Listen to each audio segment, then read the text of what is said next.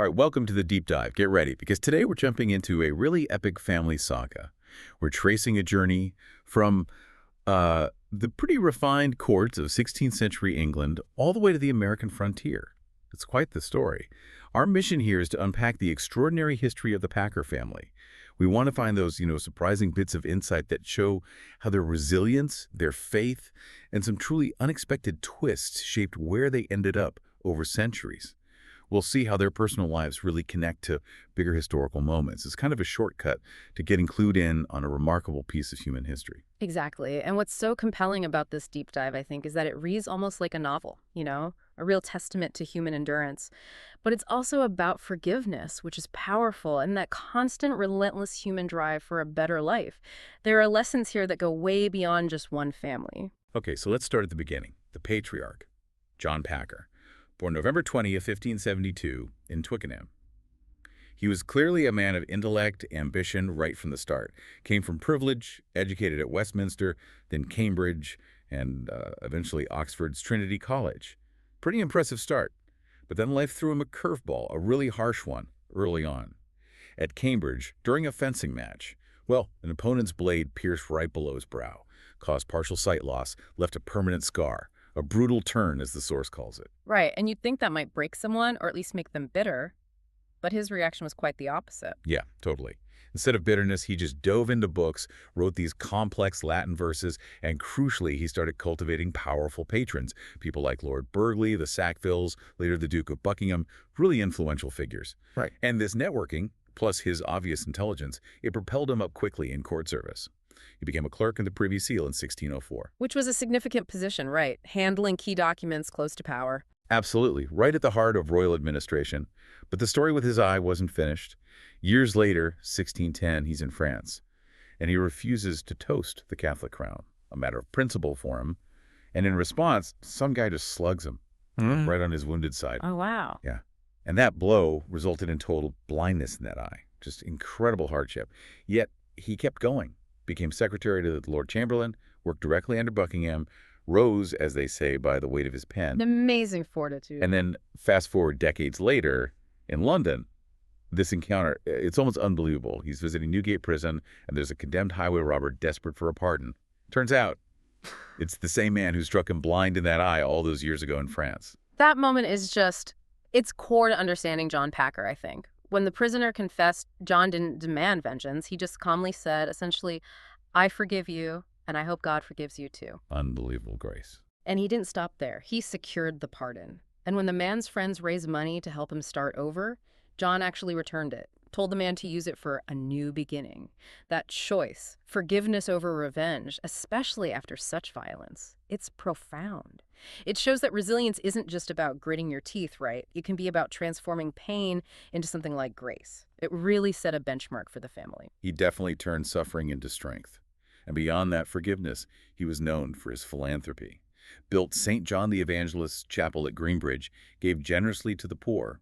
In 1620, he bought Shellingford Manor, cementing the family standing. He died in February 1649. Lived a life where, scars turned into grace. It makes you think, doesn't it? How physical scars can sometimes symbolize inner strength. How adversity can forge something unexpectedly strong. So, from the stoic John, we move to his son, Philip Packer, Esquire. Born at Groombridge, 1618, he definitely inherited the family intellect, son of John and Philippa Miles, but he had a different kind of energy, a different focus. He followed the path, education and law at Oxford, Middle Temple. But his real passion, that lay in the arts, the stars, and architecture itself. A bit of a Renaissance man, perhaps? Yeah, seems like it. And he struck up this really important friendship with Christopher Wren. Yes, that Christopher Wren, the genius architect. The source paints this picture of them pacing the halls at Groombridge late at night, candlelight on scrolls of star charts. Apparently, the local villagers even whispered about strange lights coming from the towers, probably just them with their telescopes or instruments. And it's a great image. But it raises a really interesting point about Philip. How did he manage that tension?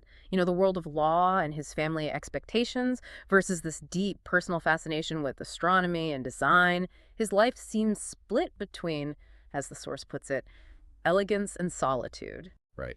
And his personal life was also complex. 2 marriages, both ending in widowhood, and then later a companionship with Sarah Isgur, described as being of common birth. And here's the crucial detail, the one that changes everything for the family line. Their son, Philip Jr., was born before they were married. Ah, and in that era, that meant. Illegitimate. And because of that, he couldn't inherit Groombridge. The estate, the legacy, it couldn't pass to him. That single fact, that accident of birth timing, just completely altered the family's future path. It's a stark reminder of how rigid those societal rules were. Absolutely. It really makes you think, what happens when your passions don't fit the mold, when they clash with what society or your family expects, and how does pursuing knowledge, just for its own sake, end up shaping you? It certainly shaped the next chapter for the Packers. So that brings us right to Philip Packer Jr., born 1664. Yep, the son of Philip Esquire and Sarah Isger, born out of wedlock, as they said. And that meant, effectively, stripped of inheritance. The source uses this great phrase, the gates of privilege closed. Just like that. A harsh reality. So what did he do? He had made a really radical choice. Faced with that closed door in England in 1683, he signed indenture papers, essentially sold 4 years of his labor to pay for passage to the American colonies. A fresh start, but a tough one. He sailed from Dublin, endured that brutal Atlantic crossing you can only imagine, and landed in Pennsylvania. There he served his 4 years working for a man named Joseph Fisher, paying off his debt, earning his freedom. That's a huge shift. From potential landed gentry in England to an indentured servant in a new world. It's more than just hardship, though. It's really a pivotal moment in their story. He had to forge a completely new path because the old one was blocked. He literally had to, as you said, carve out his legitimacy over there. And he did it by eventually earning his own land, 50 acres, a start built purely on his own effort. Exactly. He wasn't defined by what he lost, but by what he built. He married Hannah Sessions in Philadelphia in 1685. They moved to Burlington County, New Jersey, started a family. He went from being sort of the ghost of Groombridge, the son who couldn't inherit, to becoming a farmer, a patriarch, a survivor in his own right, rooted in American soil. And the records show mostly just land deeds and children, right? Yeah. Not a lot of personal writings. Very little, but the source makes a great point. Yet in that silence is a triumph. It's not just about surviving. It's about creating a whole new legacy from nothing, basically. It really prompts the question for all of us, I think. When those traditional doors slam shut, what completely new opportunities might open up if you're forced into a radical change? What does it mean to build it all yourself? So now the Packers are established in America. Let's look at the next generation, starting with another Philip III, born in the colonies. He's the one who really seems to bridge that English past with the American frontier future. He married Anne Coates, and Anne herself adds another layer of resilience. She was born in Ireland and carried this vivid, terrifying childhood memory. Oh, what was that? As a little girl in Dublin, she hid in a wheat field during what's described as a Catholic uprising. She actually witnessed neighbors being killed. That image, that experience, stayed with her, became a sort of internal testament to resilience, shaping her character. Wow, that's heavy. So they settled where? They settled in Chester County, Pennsylvania, and they were Quakers, which is significant, right? Known for their commitment to peace, simplicity, equality, often put them a bit at odds with the mainstream, especially during turbulent times. Their home was full of kids, Jane, Susanna, Moses, Aaron, and names that would carry on through the family. And it's interesting how, even within that Quaker household, you see different personalities emerge, shaping how they dealt with the world. Take two of their sons, Aaron and Moses.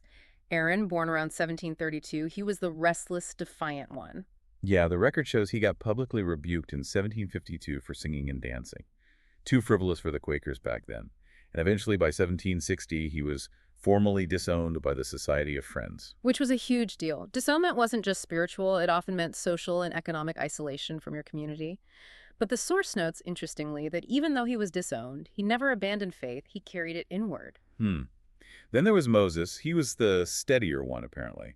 Less likely to challenge things, embodying quiet diligence. Two very different temperaments. And those differences really came into play during the American Revolution. Big challenge for a Quaker family committed to pacifism. Aaron, despite that background, actually took up arms, joined the Lancaster County Militia. His son Jesse did too.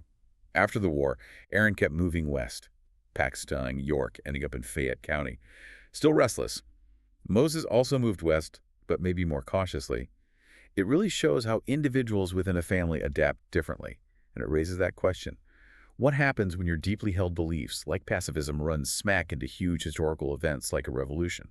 And how do those different personalities drive the family's survival and adaptation, sometimes in ways you wouldn't expect? Right, so the westward pull continues. Now we follow the family across a major barrier, the Allegheny Mountains. This is primarily through Moses Packer, Aaron's son, born 1764 in Chester County.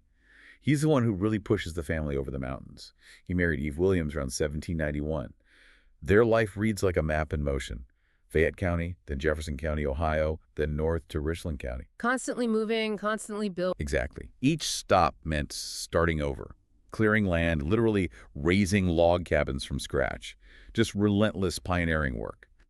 But through it all, his Quaker faith seems to have been a constant anchor for him amidst all that change. And that cycle of moving, rebuilding, Yeah.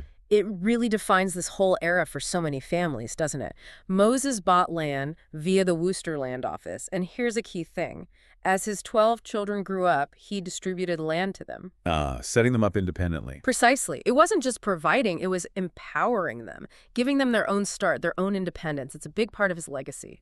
Really sums up that pioneer ethos. Faith, hard work, and just incredible endurance. So for Moses, we go to his son, Nathan Williams Packer, born in Ohio, 1811. And with Nathan, that westward drive gets even stronger, but it's combined with a really profound spiritual shift that changes everything for his branch of the family. In the 1830s, Nathan encountered missionaries from the Church of Jesus Christ of Latter-day Saints. The Mormons, right. Relatively new movement then. Exactly, he was baptized.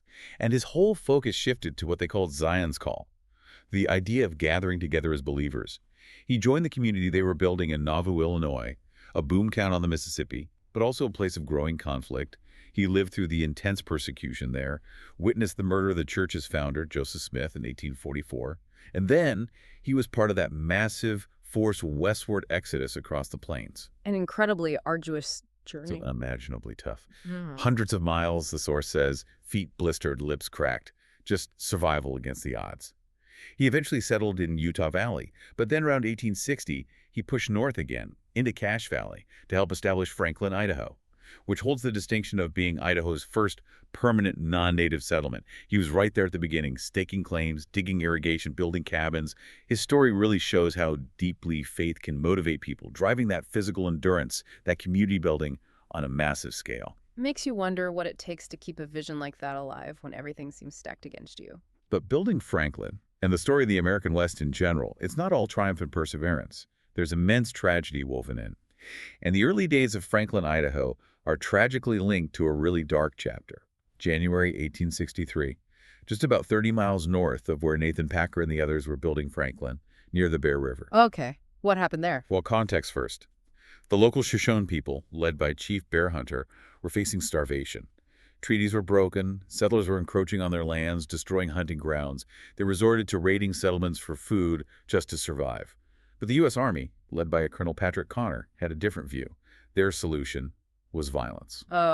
This sounds like it's leading to the Bear River Massacre. Exactly, and the descriptions are just horrific. On January 29, 1863, Connor's troops attacked the Shoshone winter camp without warning. Yeah. It was less a battle, more a slaughter. Within hours, between 250 and maybe 400 Shoshone men, women, children were killed. Yeah, the historical accounts are brutal. Blood stained the snow, bodies in the frozen river. It's often cited as the single deadliest massacre of Native Americans in the West. Just devastating. And news of this slaughter reached Nathan Packer and the settlers in Franklin. Imagine the feeling dread and sorrow, the source says. But then amidst that horror, something remarkable happened. Something that speaks to the complexity of people on the frontier. The Packer family and several other families in Franklin, they opened their doors. They took in some of the orphaned Shoshone children who survived the massacre. Wow, really? Took them into their own homes? Yes. The source specifically mentions a Shoshone orphan living in the Packer household for years, a living reminder of the tragedy. Think about that image. A Packer child shared a bed with a Shoshone orphan. Two peoples, divided by violence, learning to survive under one roof. It's powerful. Meanwhile, they kept building Franklin. Cabins, irrigation ditches, farms, an outpost of faith where every stone laid felt like part of a covenant. They faced their own trials, harsh winters, crop failures, hunger, but they endured through shared suffering, shared hope. This part of the story is tough. It forces you to think about how these historical traumas, like Bear River, echo through places and people. And what does it show about us? Our capacity for shocking cruelty, but also sometimes for unexpected compassion, even when cultures clash so violently. It's a stark reminder that history is rarely simple, and people are capable of both terrible and incredibly humane things, sometimes almost side by side. So Franklin is established, albeit with that shadow nearby. The next generations keep building, embodying that community spirit. Let's talk about James Packer Sr. He was Nathan Williams Packer's son, born back in Ohio in 1833. He was part of that initial group, crossing the plains, helping carve Franklin out of the wilderness by 1860. He married Polly Mae Metcham in Utah in 1854, linking two pioneer families. And James had an interesting dual role, didn't he? He wasn't just farming. Right. The source mentions he was also a contract teamster for the U.S. Army, meaning he guided these huge ox teams through dangerous country, hauling supplies for the soldiers, including during the ongoing Indian Wars. So on one hand, building this religious community, and on the other, supporting the military arm dealing with native resistance. It highlights the complexities pioneers faced, the often contradictory roles they had to play just to survive and make a living. Absolutely. Yet, to his own kids, he was apparently just seen as a stern, steady, and faithful father. He died in 1892, buried right there in Franklin. Then we get to his son, Austin Leonidas Packer. And his birth story is something else, born in 1861, literally on the sidewalk of the rough log fort they'd built in Franklin. Doesn't get much more frontier than that. Right. And he left an autobiography, which is amazing. It details a childhood just packed with incredible dangers. Gives you a real sense of what daily life was like. Things like nearly chopping his own toe off at age 2, his sister Sameda almost losing an ear to a wild cow, a terrifying wagon runaway incident. He even witnessed a man being killed by a Native American at a place called Ross Fork, and then, being terrified, ended up having to sleep near the man's body afterward. Good heavens, that's intense stuff for a child. Builds resilience, I suppose, but at a high cost. No kidding. And work started young, milking 14 cows by age 14, taking railroad contracts later on. That frontier work ethic was ingrained. Schooling was limited, naturally, but he did win an award for improvement in writing. A small detail, but it shows that desire for self-betterment was still there. These personal stories, Ossian's anecdotes, they really bring history down to a human level, don't they? Show you how those extreme challenges shape people right from childhood. Far more vividly than just dates and battles ever could. It's the lived experience. Okay, let's jump forward into the 20th century. The Packer legacy starts shifting now. Less about physical pioneering, more about building through education, sports, medicine. We start with Clyde Parkinson Packer, Ossian's son, born in Franklin, 1892. He also had his share of close calls as a kid, nearly drowned, slept right through another wagon runaway, made him believe angels must have been near. Seems like narrow escapes run in the family. Apparently so. But Clyde's story also includes this incredible athletic career. He was known as the father of basketball at a local place called Oneida Academy, became an all-state forward at Brigham Young College. And then, the big one, he became an All-American basketball player in 1916. An All-American. Wow, how did that happen? Get this, his team was playing in the National AAU Championship game against the powerhouse Illinois Athletic Club. It's tied, 15 seconds left. Clyde hits the winning basket. Final score, 28-27, national champion. That's amazing, a true clutch moment. Absolutely legendary. But what's interesting is, despite that athletic fame, he dedicated 22 years to teaching and coaching. First at Oneida, then Ricks College. Won tons of championships in different sports, but his focus, according to the source, was always on shaping lives, building character, strengthening faith. The trophies were secondary. That's a perfect example of how that earlier pioneer drive, that endurance, that commitment gets translated into new fields. The same grit required to clear land or cross plains gets channeled into coaching, into building young people. It's a continuation of the legacy. Well said. And from Clyde, we go to his son, Preston Merrill Packer, born 1922. His life centered on medicine. He was apparently a big kid, 12 pounds at birth, hit 6'3" by age 14.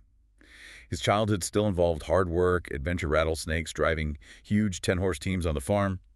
But he pursued education, went to the University of Utah on a basketball scholarship, studied pre-med, served in World War II, got his MD in 1946. So combining that physical presence with intellectual pursuit. Exactly. And he had a long, distinguished career as a family doctor in Blackfoot, Idaho. Delivered something like 6,500 babies over the years. Yeah. Became a really trusted community figure. Delivered 6,500 babies. That's incredible dedication. It really is. And there's another interesting connection here. In 1977, Preston needed heart surgery.